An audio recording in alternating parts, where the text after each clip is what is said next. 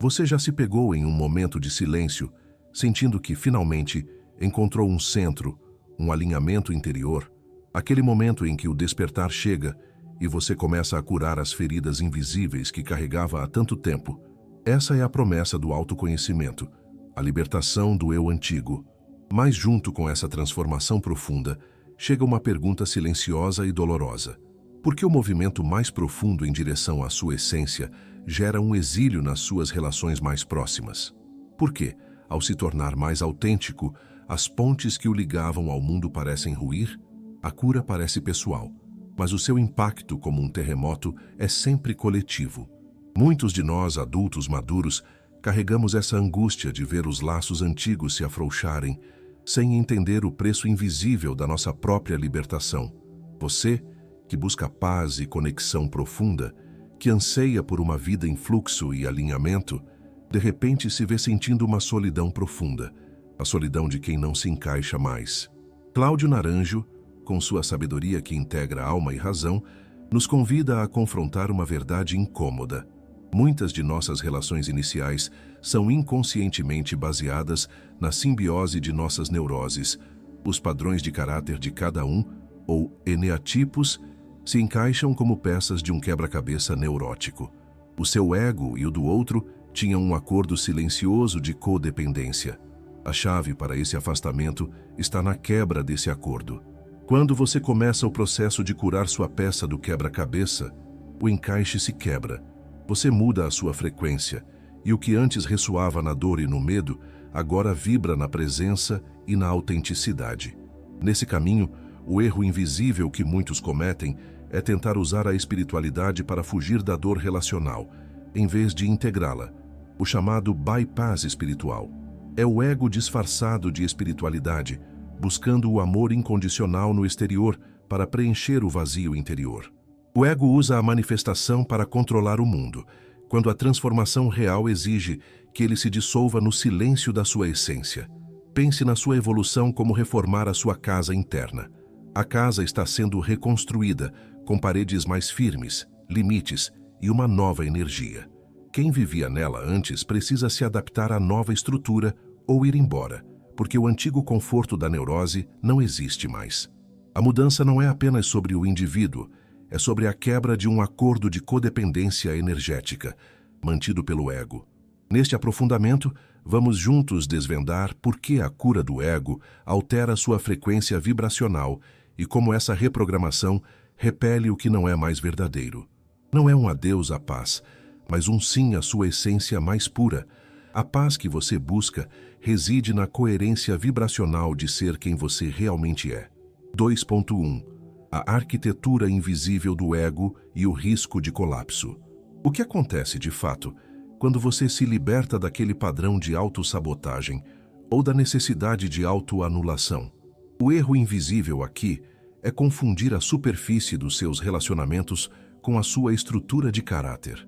Você acredita que o problema está nas brigas, no tempo de distância ou nas palavras ditas, mas o que afasta, na verdade, não é o seu crescimento, mas a desativação do papel neurótico que você performava para ser amado. Você tinha um papel fixo, um tipo de energia que o outro reconhecia e dependia para manter o sistema.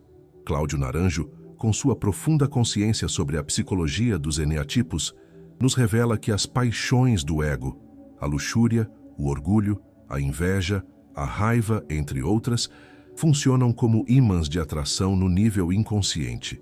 É a sua carência que ressoa com a carência do outro. É a sua fixação que encontra a fixação complementar, criando uma ressonância de dor. Curar o ego é justamente remover esses ímãs de atração neurótica. É como mudar a frequência do seu rádio interno para uma estação de essência, onde o barulho da neurose não pode mais sintonizar. Aqui reside uma reviravolta contra-intuitiva, um dilema real. A pessoa que mais vibra alto em busca de um relacionamento pode ser a que mais o repele. Por quê? Porque essa alta vibração performática, essa falsa espiritualidade, esconde a dissonância profunda da fixação não resolvida. O ego tenta se vestir de virtude, mas a energia que emana ainda é a da necessidade e da dor. O trabalho de transformação não é apenas pensar positivo, é realinhar a frequência de suas feridas emocionais. O que está em colapso é o antigo contrato de doença mútua. Você precisa sustentar o vazio do afastamento para atrair o que realmente honra a sua essência. 2.2. O efeito Pigmalião, invertido, quando seu brilho assusta. Ao começar a curar as suas feridas, você se permite brilhar, mas é justamente essa luz autêntica, essa essência redescoberta, que pode gerar o afastamento. O fator silencioso que sabota o vínculo é a projeção. As pessoas ao seu redor amavam, e muitas vezes precisavam, da versão de você que confirmava a neurose delas. Elas se sentiam seguras no seu antigo padrão de autossabotagem ou na sua tendência à autoanulação, porque isso lhes dava um papel fixo no relacionamento. O seu brilho autêntico, a sua essência livre, força-as a encarar a sombra que mantinham sob o tapete. Isso gera um profundo desconforto interno que não é racional. A neurociência aplicada explica esse fenômeno. Para o cérebro, especialmente o sistema límbico, a sua transformação repentina é interpretada como uma ameaça ao status quo de segurança. A mudança, mesmo que para melhor, aciona o cortisol e a resposta de fuga ou luta nos outros, ainda que racionalmente eles afirmem querer a sua evolução. A sua nova frequência vibracional gera uma dissonância que o sistema nervoso deles tenta resolver, e a solução mais imediata é afastar-se da fonte da mudança. A dor do abandono que você sente nessa fase não é um fracasso, mas sim a consequência prática e inevitável de um despertar profundo. Essa dor é, na verdade, um convite para você desenvolver a autossuficiência relacional, em vez de continuar buscando a validação e o acolhimento do antigo sistema. É o momento de encontrar o porto seguro emocional dentro de si mesmo, porque a sua cura está exigindo uma nova lealdade, a lealdade à sua verdade, e não mais ao seu papel no drama do outro. 2.3. A metáfora do sal, o excesso de esforço em ser luz. Ao experimentar esse despertar, há uma armadilha sutil em que o ego tenta se infiltrar novamente, disfarçado de virtude. É a armadilha da espiritualidade performática.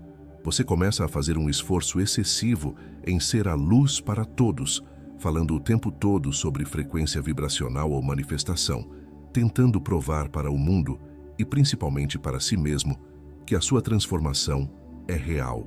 Cláudio Naranjo chama isso de falsa espiritualidade, onde o ego se veste de virtude para evitar a confrontação com a sombra.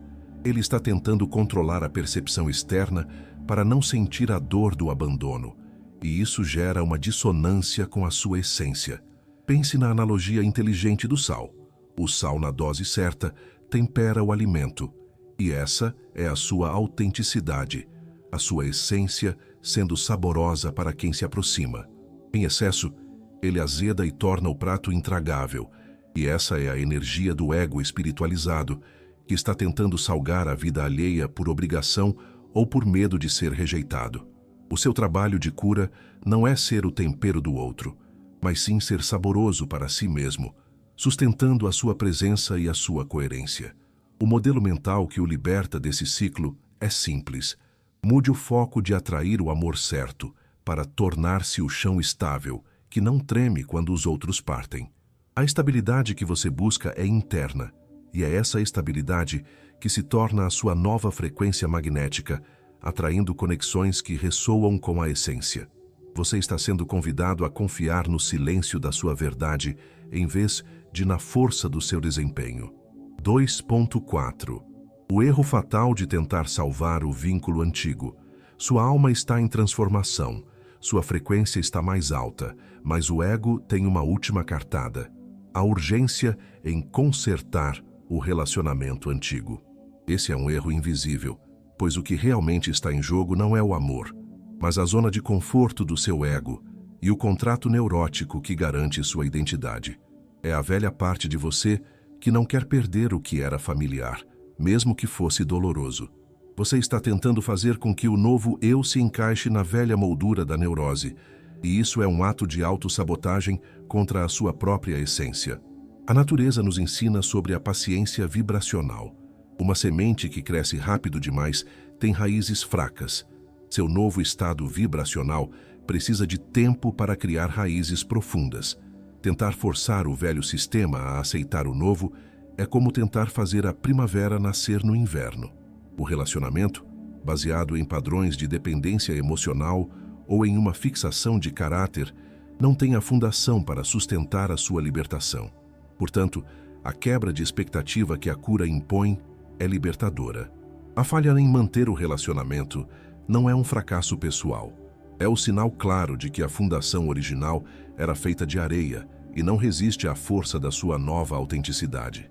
Aceitar o fim desse ciclo é o primeiro passo para o alinhamento e para a atração de uma conexão que honre a sua essência em sua plenitude. 2.5. O bloqueio da ocitocina e a recusa inconsciente. Quando você decide trilhar o caminho da cura, a transformação afeta as vias neurais que sustentavam seus velhos apegos. Nossos padrões de relacionamento antigos criaram, de fato, vias de dopamina, vias de recompensa para a codependência. O familiar, mesmo que tóxico, era recompensador para o ego. A cura do ego desliga essa via. A falta da ocitocina, o hormônio do vínculo seguro, com a sua nova versão, gera uma espécie de rejeição no outro, uma recusa inconsciente à sua essência recém-descoberta. O outro não rejeita você, mas sim o fato de você ter deixado de alimentar o contrato de doença mútua. É fundamental que você aprenda a se ancorar no seu novo centro de gravidade. Para isso, você pode adotar a meditação do desapego ativo. Não se trata de repressão ou fuga das emoções, mas de usar a sua intencionalidade para reconhecer o impulso que o leva a voltar aos velhos papéis de submissão ou controle. É o momento de conscientemente ancorar-se na sua presença. A cada vez que a dor da solidão bater, lembre-se, você está desprogramando anos de condicionamento neurótico.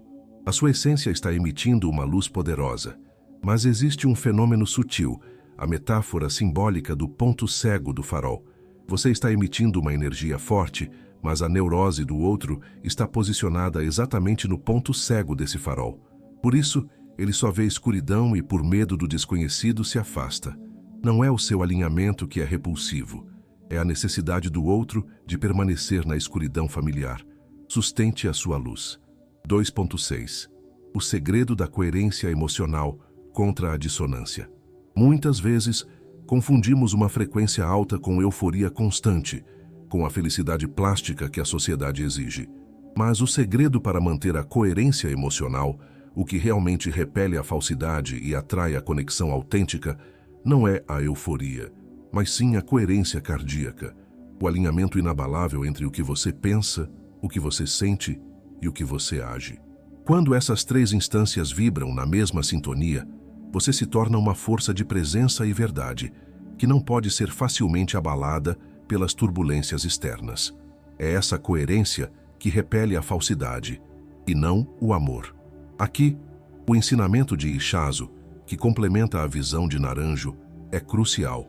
Existe uma diferença abissal entre a essência, aquela parte de você que é perfeita e está em unidade amorosa com o cosmos, e o ego ou fixação, que é o padrão de comportamento automático e reativo. O afastamento que você vivencia é, na verdade, o confronto entre a sua essência que está emergindo e a fixação do outro, que ainda se agarra ao que é neurótico. A cura gera um distanciamento, porque você não está mais disposto a negociar a sua essência pela aceitação. A progressão lógica da evolução é clara, mas desafiadora. O seu trabalho não é regredir ao antigo ego para agradar e restaurar o vínculo. É sustentar a dor do não pertencimento, aceitar o vazio, para só então atrair conexões que honrem a sua essência e a sua nova frequência. Sustentar a solidão é o preço da libertação, mas é a única forma de garantir que o próximo encontro seja genuíno e não apenas um novo contrato neurótico. 2.7. A verdade oculta sobre a lei da atração em relações. É comum ouvir nos círculos de autoconhecimento o mito de que você atrai exatamente o que deseja. Mas a verdade é que, no campo das relações, você atrai o que a sua fixação de ego, a sua paixão dominante não curada, precisa para se sentir confortável. E muitas vezes, essa necessidade inconsciente se manifesta como a repetição da dor, do trauma antigo ou do padrão de autossabotagem. Você estava atraindo não o amor, mas a familiaridade do sofrimento, porque era ali que o seu ego sabia operar. Portanto, o ponto de vista reverso é a chave para a libertação. Em vez de se perguntar com angústia por que ele ou ela se afastou, pergunte com consciência e compaixão: que papel o meu ego curado não pôde mais desempenhar na neurose dele ou dela? É essa a pergunta que move a energia do julgamento para a transformação. Você deixou de ser o coadjuvante na história de dor do outro, e isso, inevitavelmente, causa o desenlace. Sua evolução é um vinho novo. Se você tentar colocá-lo em um recipiente velho e rachado, o antigo padrão de relacionamento, ele vazará, e o vinho será desperdiçado. O antigo recipiente, baseado no medo e na carência, não tem a estrutura para conter a sua nova frequência vibracional de autenticidade e presença. Aceite que o rompimento é o que a sua alma exige para que um recipiente novo e íntegro possa ser atraído, um recipiente que ressoe com a sua essência plena. 2.8. O fator silencioso, a inveja da sua liberdade. Quando a sua transformação é profunda, quando você finalmente se permite sentir a libertação de velhos padrões, surge um gatilho neuroemocional no outro que é difícil de aceitar: a inveja silenciosa. A sua liberdade de expressar o ser, de desapegar-se do sofrimento e de viver na coerência da sua essência, é percebida inconscientemente como um ataque à prisão que o outro ainda aceita como sua realidade.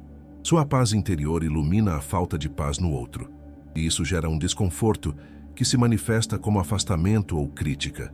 É importante reconhecer que essa reação não é sobre você, mas sobre a recusa do outro em iniciar a própria jornada de cura. Pense na história de um indivíduo que, ao largar a paixão do eneatipo 4, a inveja ou a melancolia, e encontrar sua virtude, que é a equanimidade, viu seu ciclo de amigos se dissolver. Essas pessoas amavam a intensidade dramática e a vitimização sutil do indivíduo. Quando ele se tornou estável, autônomo e genuinamente feliz, sem buscar a compaixão externa, a velha teia de conexão neurótica se desfez. Só depois desse silêncio e dessa perda é que novos grupos, baseados na autenticidade e na frequência elevada, floresceram. Para transmutar a culpa que esse afastamento pode gerar, use o método de transmutação da culpa em 3 etapas. Primeiro, reconhecer a culpa de ser grande demais ou de ser feliz demais. Segundo, entender que essa culpa não é sua, mas sim a lealdade inconsciente ao antigo sistema de dor. Terceiro, reafirmar a lealdade à sua essência, à sua verdade. A sua cura é um farol, não uma obrigação. 2.9. O momento de choque. O amor incondicional exige limites. A sua cura do ego leva a um momento de choque, a uma verdade brutal que precisamos acolher com compaixão. O amor incondicional não significa a aceitação incondicional do comportamento neurótico do outro. Por anos, o seu antigo eu temia estabelecer limites, confundindo-os com egoísmo ou falta de amor. O ego sobrevivia na ausência de limites, pois essa ausência mantinha o contrato neurótico ativo. Mas, à medida que você se liberta, sua frequência vibracional exige um novo padrão de respeito. O ato de colocar um limite saudável é, ironicamente, o maior ato de amor por si mesmo, e um convite, ainda que doloroso, para que o outro faça o mesmo. Olhe para o que a natureza diz sobre você. O bambu, ele é flexível e se curva, e essa é a sua capacidade de acolhimento, de compaixão. Mas a sua raiz é forte e impede que ele seja arrancado, e essa é a força do seu limite. A sua evolução exige que você desenvolva a força dessa raiz para sustentar a flexibilidade do topo. Não se trata de rigidez, mas de coerência.